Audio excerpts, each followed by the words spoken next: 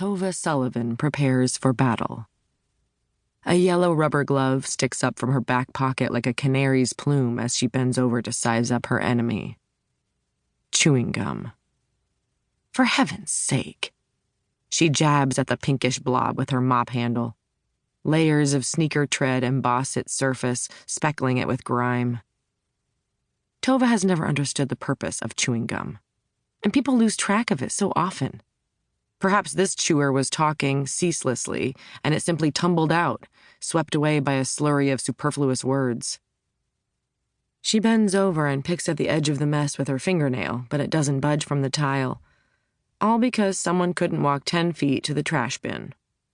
Once, when Erik was young, Tova caught him mashing a piece of bubblegum under a diner table. That was the last time she bought bubblegum for him, although how he spent his allowance as adolescence set in was, like so much else, beyond her control. Specialized weaponry will be necessary. A file, perhaps. Nothing on her cart will pry up the gum. As she stands, her back pops.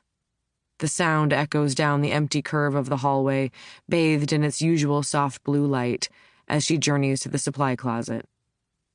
No one would fault her, of course, for passing over the blob of gum with her mop. At 70 years old, they don't expect her to do such deep cleaning. But she must, at least, try. Besides, it's something to do.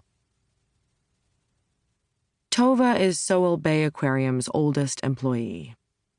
Each night, she mops the floors, wipes down the glass, and empties the trash bins. Every 2 weeks, she retrieves a direct deposit stub from her cubby in the break room. $14 an hour, less the requisite taxes and deductions. The stubs get stashed in an old shoebox on top of her refrigerator, unopened. The funds accrue in an out-of-mind account at the Sowell Bay Savings and Loan.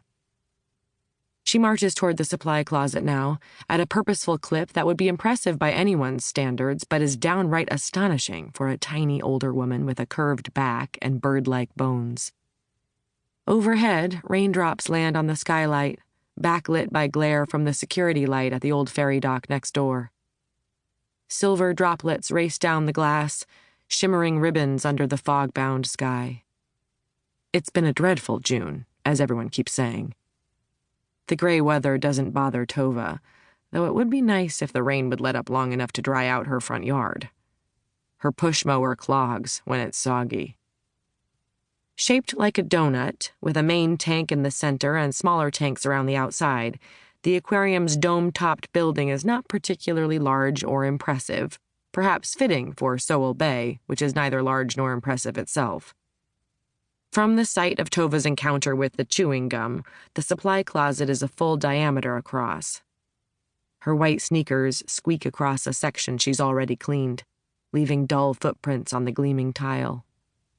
Without a doubt, she'll mop that part again. She pauses at the shallow alcove with its life-sized bronze statue of a Pacific sea lion. The sleek spots on its back and bald head, worn smooth from decades of being petted and climbed on by children, only enhance its realism. On Tova's mantel at home, there's a photo of Erik, perhaps 11 or 12 at the time, grinning wildly as he straddles the statue's back, one hand aloft like he's about to throw a lasso. A sea cowboy. That photo is one of the last in which he looks childlike and carefree. Tova maintains the photos of Erik in chronological order.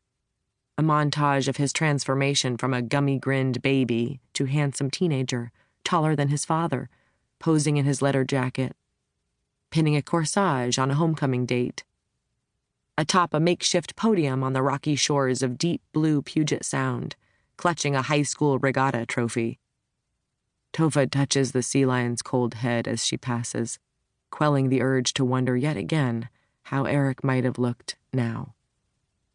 She continues on, as one must, down the dim hallway. In front of the tank of bluegills, she pauses. "Good evening, dears." The Japanese crabs are next. "Hello, lovelies." "How do you do?" she inquires of the sharp-nosed sculpin. The wolf eels are not Tova's cup of tea, but she nods a greeting. One mustn't be rude.